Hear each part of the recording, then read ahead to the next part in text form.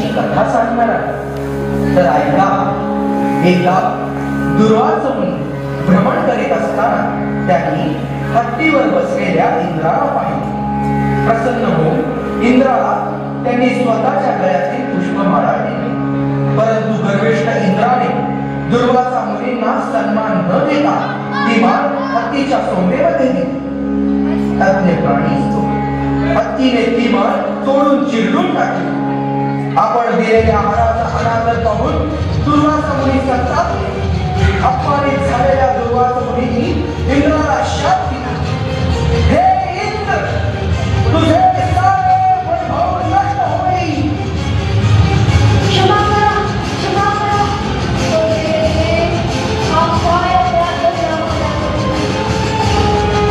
अति ऐश्वर्य एखाद्याला अन्न करते. या गोष्टीप्रमाणे साधू संतांशी व्यवहार करताना आदर आणि मर्यादा पाळून वागावे. अन्यथा त्याचे पतन निश्चित आहे. देवराज, देवराज, असुर आपल्यावर आक्रमण करण्यासाठी येत आहे. आता आपण काय करायचे? या कठीण परिस्थितीत केवळ ब्रह्मानेच आपल्याला मार्ग दाखवतील. चला आपण त्यांच्याकडे जाऊया. चला आपण त्यांच्याकडे जाऊया. देवराज इंद्र इतर देवतांसह ब्रह्माजींकडे गेले.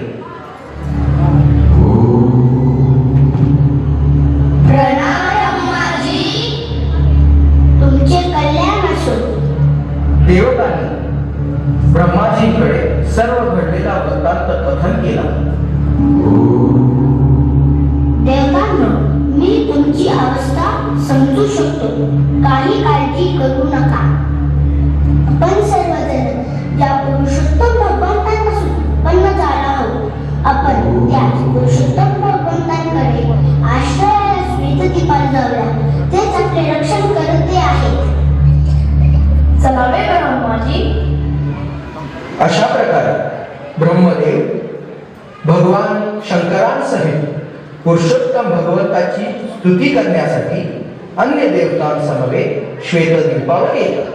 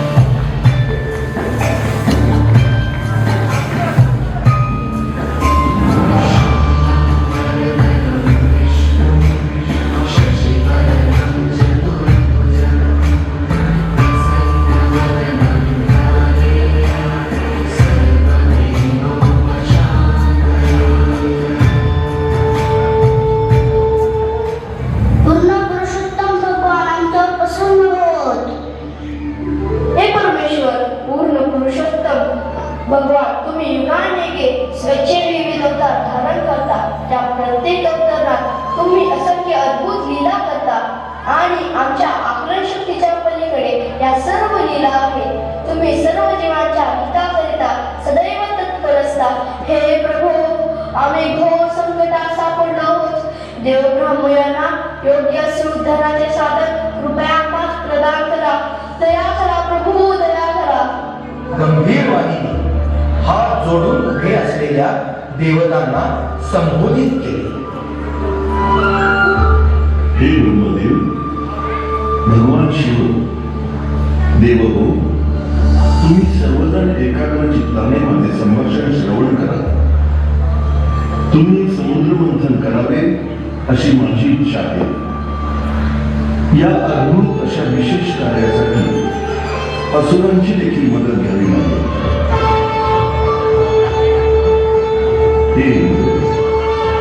जर यशप्राप्ती हवी असेल तर अहंकार बाजूला ठेवावा लागतो.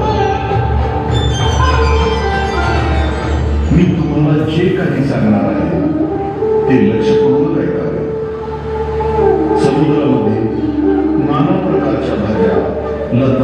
वेली, तृण आणि औषधी घाला. नंतर माझ्या साह्याने मंदार पर्वताची नळी आणि वासुकीची दोर करून एकाग्र चित्ताने समुद्राचे मंथन करा. कसून परिश्रम करा. या कामात तुमच्या शत्रूंची दमछाक होईल, परंतु माझ्या कृपेने सर्व खरे लाभ तुम्हालाच प्राप्त होतील. समुद्रातून उत्पन्न झालेले अमृत केवळ तुम्हाला प्राप्त होईल. हे देव, धीर धरून मन शांत ठेवून सर्व काही साध्य होऊ शकते. क्रोधाने विचलित होऊन आपले उद्दिष्ट प्राप्त होत नाही. म्हणून असो जो काही प्रस्ताव मांडतील त्याला होकार देत राहा. तुमचे कल्याण असो. यशस्वी हो.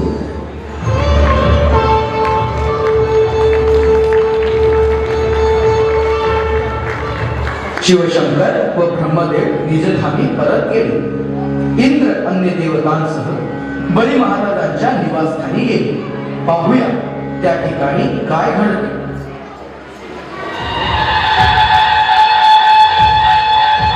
असुरराज बली महाराज की! असुरराज बली महाराज की! प्रणाम गुरुदेव. आयुष्यमान भव. हे राजन असं नसतं व्हावे. बळी महाराजांचा विजय असो. महाराज महाराज, इंद्र इतर देवतांसह आपल्याच महलाकडे येत आहेत. एवढ्या दानवाला भावलं तर देवेंद्रची ही हिंमत. आपण त्यांना संपवून टाकायला हवे. दानव शस्त्र काढा. चला. थांबा थांबा सेना. त्यांच्या येण्यामागे काही विशेष कारण असतो. आपण त्यांचा हेतू समजून घेऊ. शत्रूशी युद्ध केव्हा करायचे व केव्हा मैत्री हे आम्ही जाणून आहोत. पहारेकरी त्यांना आदरपूर्वक महालामध्ये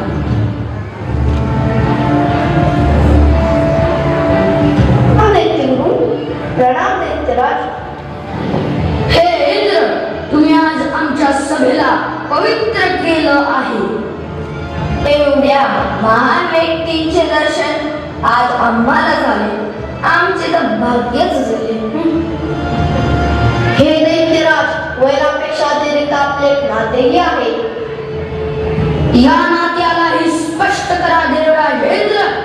तुम्ही व आम्ही आपल्या माता वेगवेगळ्या असल्या तरी एकाच पित्याचे आपण पुत्र आहोत. हे दानवराज, आपण एकमेकांचे बंधू देखील आहोत. माझ्या असो शिष्यांना याचे सदैव स्मरण आहे देवराज. परंतु देवांची स्मरणशक्ती थोडी दुर्बल झालेली दिसते. त्यांना या नात्याचं आवश्यकतेनुसार विस्मरण होत राहते. असं का बरं म्हणताय दैत्यगुरु? जर असं असतं तर तुमच्या भगवान विष्णूंना हैग्रीवचा वध करताना थोडा तरी संकोच अवश्य झाला असता, परंतु त्यांनी त्याचा वध केला. झालेल्या गोष्टींचे स्मरण करण्यात काय आहे? वैराला विसरून नवीन जीवनासाठी आम्ही ते उपस्थित झालेलो आहोत. हैग्रीव आमच्यात नाही, ते आम्ही विसरू शकत नाही. हैग्रीव जिवंत असता आज, तर तुमच्याकडे संजीवनी मंत्र असता किंवा आपल्या सर्वांजवळ ती मौल्यवान गोष्ट असती तिच्या प्राप्तीचा प्रस्ताव घेऊन आम्ही ते उपस्थित झालेलो आहोत. काय प्राप्त करण्याचा प्रस्ताव घेऊन आला आहात देवराज इंद्र तुम्ही? हे दानवराज, आम्ही अमृत प्राप्तीचा प्रस्ताव घेऊन आलेलो आहोत. परंतु यासाठी सहयोग व सहकार्य आवश्यक आहे. सहयोग सहकार्य. ज्याला अग्नी बरोबर सहकार्य करणार, मृग सिंहाबरोबर सहकार्य करणार, इकराशा प्रकारची विचित्र गोष्ट कराय आलाय देवराज इंद्र तुम्ही. अमृत आहे तरी कोणत्या वस्तूचे नाव? ज्याला सेवन करणारा अमर होतो. मृत्यू त्याचे काहीही बिघडू शकत नाही. मृत्यू तर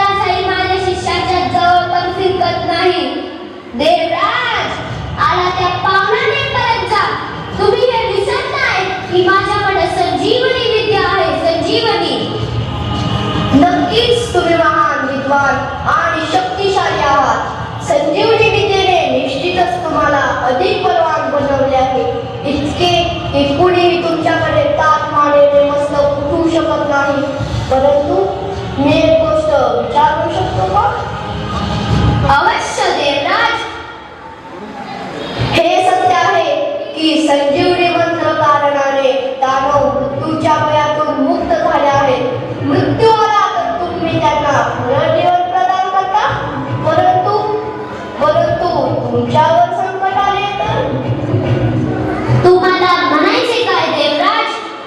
तेच की जर दानव मृत्युमुखी पडले तर तुम्ही त्यांना जिवंत करू शकता, परंतु मृत्यूने तुमच्यावर आघात केला तर तुम्हाला पुढे जिवंत करणार आहे का?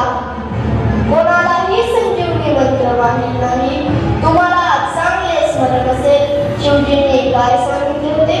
तुम्ही विसरले असाल तर मी स्मरण करून देतो. भगवान शिवजी म्हणाले होते, हा संजीवनी मंत्र एका कल्पात एकाच व्यक्तीला देता येतो. याचा अर्थ एका विशिष्ट समयापर्यंत तो दुसऱ्या कोणालाही देऊ शकत नाही. हे दानवराज जर शुक्राचार्यच झाले नाही तर तुमचे कसे होणार?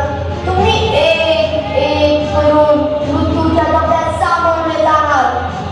केवळ आणि केवळ अमृतच आपल्या सर्वांना वाचू शकेल. त्या बोलण्यात तथ्य आहे देवराज, परंतु अमृत प्राप्त करणार कसे? आम्ही पूर्वनिर्णय उपस्थित झालेला आहोत दैत्यराज. अमृत समुद्र मंथनाद्वारे प्राप्त होणार. समुद्र मंथन करणे काही सोपे कार्य नाही. ते विशाल अभियान आहे. या स्थितीत मंदार पर्वताची रवी आणि वासुकी सर्पाची दोर बनवावी लागेल. हे तर वस्तुतः अतिशय कठीण महान कार्य आहे. बरोबर, पण एकत्र येऊन काम केले तर कठीण कार्य देखील साध्य होऊ शकते. हे इंद्र, अमृताने मृत्यू होणार नाही यावर विश्वास कसा ठेवायचा? व्यर्थ शस्त्रास्त्रे आणि युद्ध कशासाठी? केवळ मृत्यूचा नाही तर युद्धाचा देखील अंत होईल यामुळे दैत्यराज. मला असं वाटतं हा प्रस्ताव आपण नाकारू शकत नाही गुरुदेव. हो, देवतांची गोष्ट ऐकायला हवी. देवतांची गोष्ट ऐकायला हवी. देवतांकडे आशा ठेवले, सहयोग, मित्रता यांच्याकडे आली कुठून? तीही अचानक. जेव्हा ठेच लागते ना तेव्हा समजते. पराजय व निर्विचाराने आम्ही अगदी होऊन गेलो आहोत. हे दानवराज, तुम्ही हा प्रस्ताव स्वीकार केला असं मी समजू शकतो का? गुरुदेव, हा प्रस्ताव आपण स्वीकार करूया का? मला देवतांवर तीळ मात्र विश्वास नाही, परंतु इंद्रदेवांच्या तर्काने मला अगदी विरुद्ध केला आहे. केवळ शिष्यांच्या हितासाठी हा प्रस्ताव मी मंजूर करत आहे. जय हो, जय हो, समुद्र मंथन होणार, समुद्र मंथन होणार. अशा प्रकारे भगवान विष्णूंनी सुदर्शनाला व गरुडाला आज्ञा दिली. अति प्रचंड मंदार पर्वत जो पूर्णतः सोन्याचा बनला होता त्याला समुद्रात उचलून आणण्यात आले. त्या ठिकाणी स्वतः भगवंत अजित रूपामध्ये उपस्थित होते. त्यांनी प्रस्ताव मांडला. देवता या सृष्टीत उच्च आहेत, त्यामुळे त्यांनी वासुकीच्या मुखाकडे उभे राहावे. हा तर आपला अपमान आहे बळी महाराज. देवतांचा आपण पराजय केला आहे. आपण श्रेष्ठ आहोत. तर श्रेष्ठतेच्या काही मागण्या असतात. त्या पूर्वाला आमची तयारी आहे. आम्ही विजयी असल्या कारणाने वासुकीच्या श्रेष्ठ भागास अर्थात मुखाच्या बाजूला आम्ही दैत्य थांबणार. हो, आम्ही दैत्य थांबणार. जशी तुमची इच्छा दैत्यराज.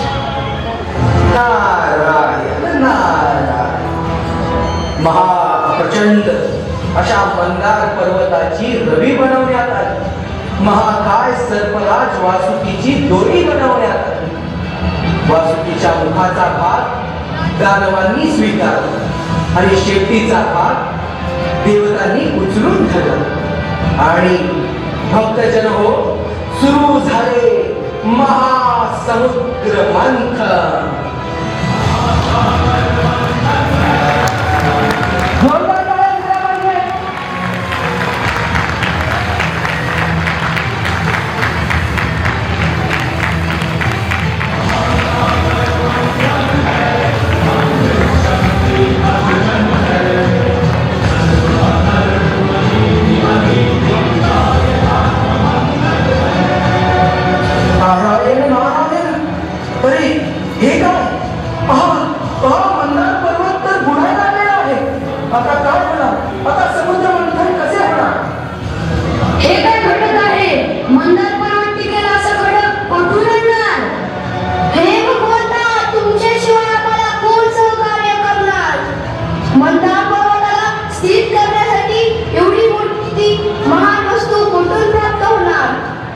देवतांच्या आर्त विनवणीला साथ म्हणून सर्व जगाच्या कल्याणासाठी भगवंतांनी कूर्म अवतार धारण केला. नारायण नारायण. महाप्रचंडाच्या कासवाच्या रूपात भगवंत प्रकट झाले. त्या क्षीरसागरामध्ये तळाशी जाऊन त्यांनी आपल्या पाठीवरती मंदार केला आणि पुन्हा सुरू झाले महासमुद्र मंथन. श्री कूर्म अवतार की नारायण नारायण. सर्वजण अमृत प्राशनासाठी उत्सुक होते. आपल्या पाठीवरती भगवान श्री विष्णूंनी मंदाराला पेलून धरले होते. वासुकीसह सर्वजण थकले तेव्हा भगवान विष्णूंनी दानवांमध्ये आसक्ती, देवांमध्ये सोजरता व वासुकी अज्ञान रूपाने प्रवेश केला. मंदाराच्या शिखरावर ते सहस्रावधी हात असलेल्या अति प्रचंड रूपामध्ये प्रकट झाले. भगवंतांकडून अशा प्रकारे विविध रीतीने प्रोत्साहन मिळाल्यामुळे सर्वांचा उत्साह वाढला. त्यांनी जोराजोरात समुद्र घुसळण्यास सुरुवात केली. समुद्र मंथनामुळे छोटे मासे, हत्तीप्रमाणे अजस्त्र असे मासे जलचर पृष्ठभागावर बाहेर आले आणि त्यानंतर महाभयानक हलाहल विष बाहेर पडले. सर्वांनी घाबरून भगवान शंकरांकडे धाव घेतली.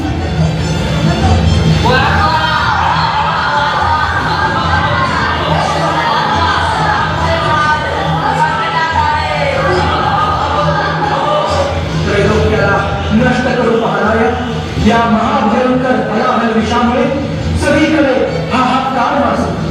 नारायण नारायण. सर्व देवतांनी देवाधिपती महादेव शंकरांकडे धाव घेतली. हे महादेवा, आम्ही आपल्या आश्रयास आलो आहोत. आम्हाला या संकटातून वाचवा. नारायण नारायण.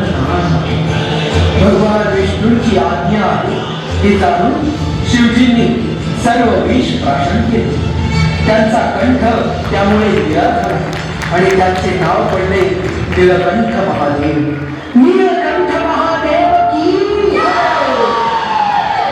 पुन्हा उत्साहाने समुद्र मंथन सुरू झाले.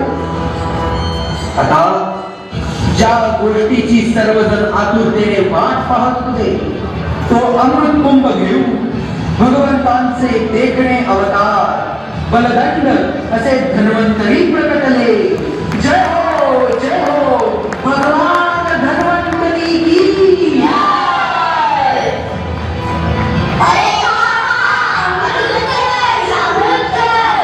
आणि क्षणार्धात दानवांनी अमृत कलश पडून गेला.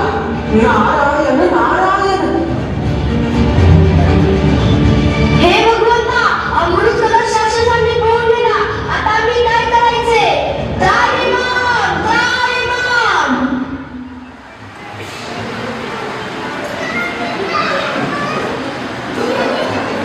देवतांनो असं सर्व जाऊ नका. तुम्ही तुम्हाला मी काय करत होते. अमृताची मी पिणार. तू कोण टाकून गेला? अमृताची मी पिणार. चालेचा आम्ही पहिले अमृत पिणार. अरे ते पडतोय. अरे रे पकडा तिला.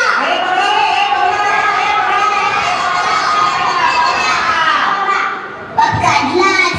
देतोस का नाही अमृत? अरे झाले ना, मी नाही देणार अमृत. देतोस का नाही रे?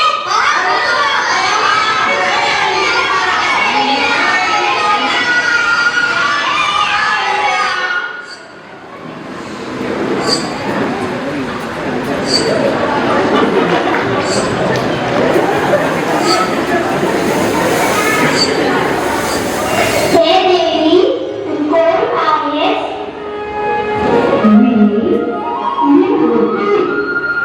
त्या भक्तरी असल्यामुळे आम्ही तुला बघून वेडे जातो आहे. हे देवी, आम्ही शूरवीर दानव. आम्ही एकाच कुटुंबातले आहोत. आम्ही कष्टपुत्र आहोत. कष्टपुत्र. ते कमलदेवी, आमच्याकडे पहा तरी. या अमृतामुळे आमच्यामध्ये वाद निर्माण झाला आहे. तू आहात. बरं बरं, हा मी जे म्हणेन ते मान्य, हो हो तू बोलशील ते मान्य. मी करेन ते मान्य. हो तू जे काय करशील ते मान्य. हे वीरांनो, तुम्ही खरोखर किती धीर पुरुष आहात नाही. तुम्हाला या धैर्याचे फळ नक्कीच मिळणार आहे. त्या देवता पाहतरी कशा अधीरतेने बसलेल्या आहेत. त्यांच्याकडे अधिक बघून येते. थांबा जरा, आलीच मी. स्वतः भगवंतच ते सकल लावण्य अलंकार सौंदर्याचे स्त्रोत आणि ज्यावेळी ते मोहिनी रूपामध्ये अवतीर्ण झाले, नारायण नारायण हे तर होणारच होते. समुद्र मंथन लीलेमध्ये देवांचे आणि दानवांचे उद्दिष्ट समान, कामाचे स्वरूप समान, काळ व महत्वाकांक्षा समान होती. परंतु देवता सदैव भगवंतांच्या छत्रछायेत शरणागत असल्यामुळे देवांना अमृत मिळाले. अशा प्रकारे भगवंतांनी समुद्र मंथन लीलेचा आनंद घेतला. श्री कूर्म अवतार की जय, श्री मोहिनी अवतार की जय, समुद्र मंथन लीला की जय. नारायण नारायण.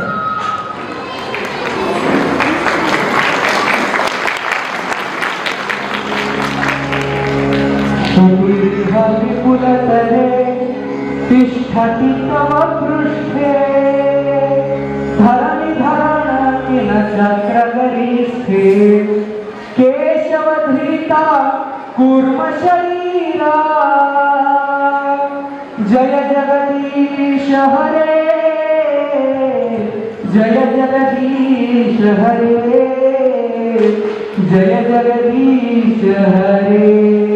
श्री कूर्म अवतार की, श्री मोहिनी अवतार की, श्री समुद्र मंथन लीला की.